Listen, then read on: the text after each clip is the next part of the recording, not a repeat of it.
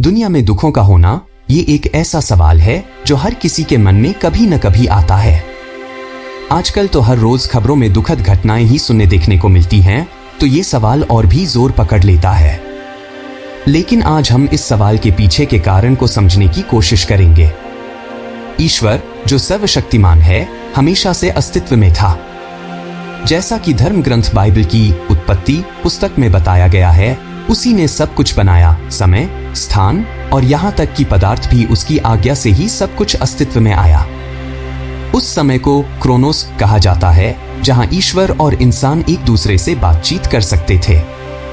उसने एक बेहद खूबसूरत दुनिया बनाई थी जो प्रकृति से भरपूर थी। प्रकृति उस वक्त मानव के अधीन थी। इंसान जानवरों के साथ बिना किसी डर के रहता था। सब कुछ इतना अच्छा था कि जमीन से एक सोता निकलता था जो पूरी जमीन को सींचता था ताकि पेड़ फलें दे सकें और लोगों को भोजन मिल सके। लेकिन फिर कुछ ऐसा हुआ जिसने वो सिलसिला शुरू कर दिया जो आज भी हमारी आंखों के सामने है। इंसान की अवज्ञा के कारण, जिसे हम पाप कहते हैं, सारी सृष्टि पर अभिशाप पड़ गया। उसे उस परिपूर्ण दुनिया से निकाल दिया गया जहां वो अपने रचयिता के साथ रहता था। उस वक्त से ही उसे अपने बचाव के लिए कपड़े पहनने पड़े। प्रकृति अब उसके चरणों में नहीं थी, बल्कि उसे अपना जीविका चलाने के लिए काम करना पड़ा। साथ ही अब जन्म देने में भी दर्द होगा। इस सबसे बुरी बात यह है कि अब इंसान ईश्वर से आमने सामने बात नहीं कर सकेगा और न ही उसके साथ चल सकेगा जैसा कि वो उस परिपूर्ण दुनिया में करता था। ये सब कुछ उस बिगड़ते क्रम की शुरुआत थी जिसे इंसान ने अपनी अवज्ञा के कारण समय के साथ बढ़ाता चला गया। लेकिन हर सिक्के के दो पहलू होते हैं। ईश्वर के पास हमेशा एक योजना होती है। उसने अपनी रचना से, चाहे उसने कितनी भी गलतियां की हों, हमेशा प्यार किया है। वो चीजों को फिर से उनके मूल स्वरूप में लाना चाहता है ताकि हम सब एक साथ पूर्ण सामंजस्य, सुरक्षा, शांति और संसाधनों से भरे स्थान में रह सकें। इसीलिए उसने मानवता को निर्देश दिए ताकि वो समय के साथ ईश्वर के मार्ग पर चल सकें और इस दुनिया में सफल हो सकें, जिसे हम पतित दुनिया कहते हैं। लेकिन बहुत कम लोग उसकी बात मानते हैं और ज्यादातर लोग वही काम करते रहते हैं जो समय के साथ मानवता पर और ज्यादा दुख लाते हैं। वह शुरुआती निर्देश, जिन्हें हम धर्म ग्रंथ और आज्ञाएं कहते हैं, उनका पालन करना और जीवन भर उन्हें निभाना मुश्किल है। ये नियम एक दर्पण की तरह हैं जो हमें हमारे असली स्वभाव को दिखाते हैं और ये बताते हैं कि हम अकेले अपने बल पर ईश्वर के पास नहीं पहुंच सकते और उस परिपूर्ण दुनिया में वापस नहीं जा सकते जिसे हमने छोड़ दिया है। इसके बावजूद ईश्वर अपनी रचना से प्यार करता रहता है और उसने स्वर्ग से सबसे अनमोल चीज भेजी, अपना बेटा, जो मानव रूप में इस दुनिया में आया ताकि हमारा मार्गदर्शन कर सके। अब वह जो संदेश देता है वो एक अलग तरीके से आता है, क्योंकि ये ईश्वर की शक्ति के उदाहरणों के साथ आता है। अपने बलिदान के बाद उसने कहा कि वो ईश्वर के लिए एक अनूठा और आखिरी बलिदान देगा। वो पूरी दुनिया की अवज्ञा का दंड अपने शरीर पर सहन करेगा और हर पीढ़ी के पापों को धो देगा, हमारे समय से लेकर अब तक। उसने अपना सबसे अनमोल चीज दिया क्योंकि हम अपने बल पर ईश्वर के साथ फिर से जुड़ नहीं सके। उसका संदेश ये था कि वो मृत्यु पर विजय प्राप्त करेगा और उस दुनिया में, जिसे हमने छोड़ दिया था, हमारे लिए एक स्थान बनाएगा।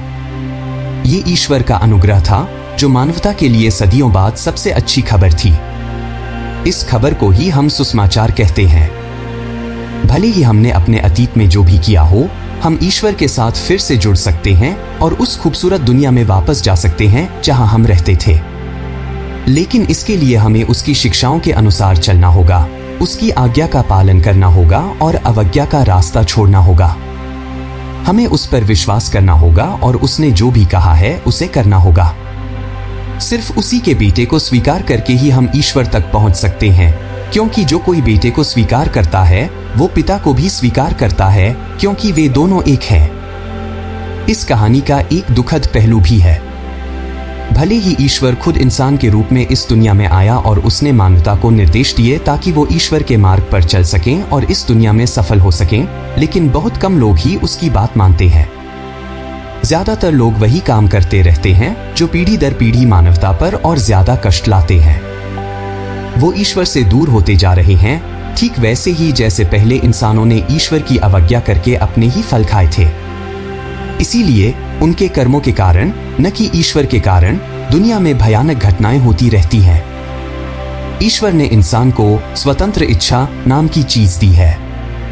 ये इंसान खुद चुन सकता है कि वो अवज्ञा के मार्ग पर चलना चाहता है या नहीं, और पीढ़ी दर पीढ़ी दुखों को आमंत्रित करता है या फिर ईश्वर के उपहार को स्वीकार करता है।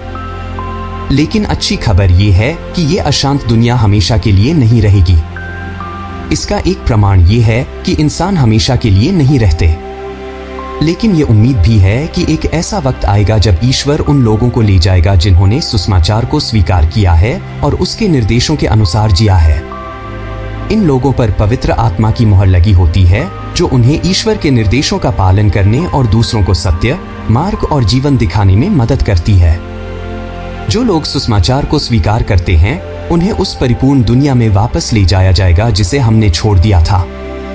वहां सब कुछ फिर से अच्छा हो जाएगा और हमेशा के लिए कोई डर, बीमारी या आंसू नहीं होंगे।